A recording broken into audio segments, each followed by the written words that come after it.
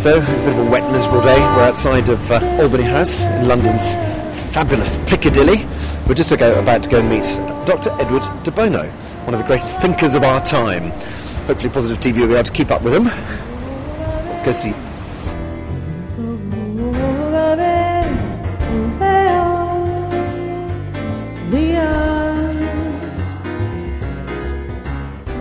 Name's Edward de Bono, and I was born in Malta, which is the oldest civilization in the world, officially. Then I was educated in Malta, and medicine, became a MD, Doctor of Medicine. Then I went to Oxford as a Rhodes Scholar, did psychology, and then I worked for quite a while in medicine. And then, meanwhile, I was also developing ideas on self-organizing systems in the brain. And then I started writing about thinking, lateral thinking, and then gradually moved over into that field entirely. For the first time in human history, I'm referring behavior of the brain to the way the brain works. Philosophers have had to play around with words, and that doesn't get you anywhere. Through looking at self-organizing systems, then you realize that the brain makes patterns. Now, all patterning systems are asymmetric. What does that mean? It means you go from A to B, you can go from C to A, but not from A to C. That's very fundamental. Once you realize that, then humor is obvious. Humor is the most significant behavior of the human brain, far more significant than reason. Any sorting system run backwards is a reasoning system. Humor depends entirely on that asymmetric pattern. For example, there's a man of 90, dies, goes down to hell. He sees a friend of his age 90 sitting there with a beautiful young blonde sitting on his knee. So he says to his friend, "I'm sure this is hell because you seem to be having rather a good time." Friend looks up and says, "No," he said, "it's hell all right." He said, "I'm the punishment for her." Totally logical. Once you jump from the main track to the side track, totally logical in hindsight. So that's humor, and the same with creativity. Every valuable creative idea is logical in hindsight. I developed the formal tools, deliberate tools of lateral thinking. These can be very powerful. One of my trainers in South Africa, running a workshop for a steel company, using just one of the tools of lateral thinking, they generated 21,000 new ideas in one afternoon. Wow. It's strong stuff, very strong stuff. So it's not just a matter of sitting around brainstorming and so on. These are deliberate, formal techniques which can be learnt as deliberately as you learn mathematics. I had a meeting with the Prime Minister of Mauritius. I was out there. He's a big fan of mine, reading all my books. I said, "Why don't you run, at least to begin with, 1 day a week using the 6 hats?" Now, the 6 hats is very, very widely used. Parallel thinking is the same. Any moment, everyone is thinking the same mode. So the white hat, everyone is thinking is the information mode. What information do we have? What do we need to have? How do we get it? What questions do we want to ask? The red hat, everyone is free to express emotions, intuition, feelings, prejudice, everything. No need to justify it, just express it. Black hat, you can the judge's robes, is critical, cautious, careful, white won't work, what can go wrong, downside, and so on. Yellow hat is value, benefits, value, and so on. The green hat, you can think of vegetation, energy, creative possibilities, alternatives, and so on. And the blue hat is like the conductor of the orchestra, blue sky overview.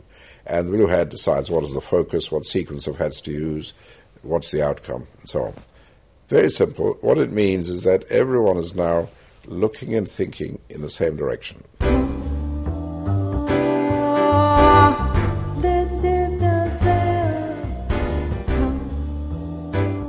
Now, very interesting, this is really interesting. A colleague of mine was teaching the 6 hats to juries in the United States. As a result of using the 6 hats, they reached unanimous decisions very quickly. The judges were so impressed that in at least 3 states, I'm not exactly sure which ones, it could be Michigan, Ohio, and Wisconsin, the judge can now ask that the jury be trained in 6 hats. That's the first change in the jury system for over 1,000 years. Wow. Very impressive. Yeah. Excellent. My work is being taught in thousands of schools worldwide. In Venezuela, by law, every school in the country has to teach it. Wow. And there are other places like Australia, Canada, where probably about 40-50% of schools use it. So school is the ideal place to start. It doesn't mean you can't learn these things when you're an adult, you can, but if school teaches thinking as a distinct subject, then research in England by the ATKI organization showed improved performance in every other subject by between 30 and 100%, every other subject. Teaching thinking for just 5 hours to unemployed youngsters increased employment 500%. Teaching thinking to very violent youngsters reduced the rate of criminal conviction to 1/10 of what it had been. We're looking at very, very powerful stuff. There's a huge need to design positive gangs, because what everyone wants in life, whether you're a kid or an adult, two things. One is significance and the other is achievement. Now, youngsters join gangs, their significance is they're in that gang, positive gangs. They can get all the same sense of importance, significance, and achievement this time positive. Can I ask you about a movement I read that you'd attempted to start off called the Positive I wrote a Revolution? a book called the Handbook for the Positive Revolution. Oh. Yes. And the idea is you get your sense of achievement by doing positive things and so on. And I didn't seek to organize it formally, just suggested people form groups and do it. There was another book I wrote, H+. H+ stands for happiness, humor, help, human, something. And in that I suggest that each person sets some positive task, achievement task. In the media is habitually, terribly negative. Now, that's because it's easy to be negative. It's easy to be negative. And so that's become the idiom. But I think, for example, in today's economic crisis, there should be some sort of law. Every newspaper has to have one page, only positive news. Only positive news. It's difficult, I agree. But it's necessary. And to develop skills of perception so you can see things differently, or the possibility of seeing things differently, yes. And so from this we generate a whole new generation of people who think... Yes, positively, more constructively, yes, that's right.